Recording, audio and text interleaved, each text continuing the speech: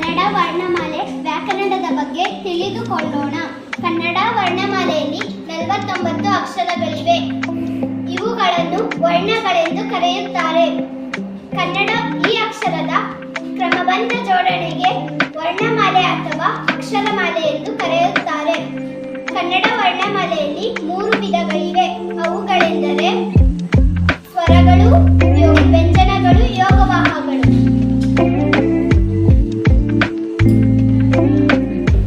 ಸ್ವರಗಳು ಸ್ವತಂತ್ರವಾಗಿ ಉಚ್ಚರಿಸುವ ಅಕ್ಷರಗಳನ್ನು ಸ್ವರಗಳು ಎನ್ನುತ್ತಾರೆ. ಸ್ವರಗಳಲ್ಲಿ 3 ವಿಧ: ಹ್ರಸ್ವಸ್ವರ, ದೀರ್ಘಸ್ವರ, ಮೃತಸ್ವರ. ಹ್ರಸ್ವಸ್ವರ ಒಂದು ಮಾತ್ರ ಕಾಲದಲ್ಲಿ ಉಚ್ಚರಿಸುವ ಅಕ್ಷರಗಳಿಗೆ ಹ್ರಸ್ವಸ್ವರ ಎಂದು ಕರೆಯುತ್ತಾರೆ. ಅವುಗಳೆಂದರೆ ಅ, ಇ, ಉ, ಋ, ಎ, ಓ. ದೀರ್ಘಸ್ವರ ಎರಡು ಮಾತ್ರ ಕಾಲದಲ್ಲಿ ಉಚ್ಚರಿಸುವ ಅಕ್ಷರಗಳಿಗೆ ದೀರ್ಘಸ್ವರ ಎಂದು ಕರೆಯುತ್ತಾರೆ. ಅವುಗಳೆಂದರೆ ಆ, ಈ, ಉ, ಎ, ಐ, ಓ, ಔ.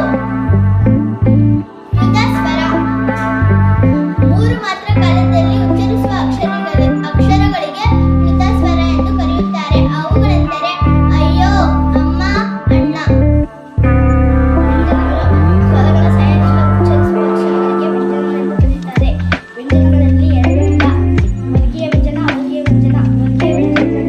ವರ್ಗೀಯ ವ್ಯಂಜನಗಳಲ್ಲಿ ಕಾಲಿಂದ ಮಾವಿಗೆ ವರೆಗಿನ 25 ಅಕ್ಷರಗಳಿಗೆ ವರ್ಗೀಯ ವ್ಯಂಜನ ಎಂದು ಕರೆಯುತ್ತಾರೆ.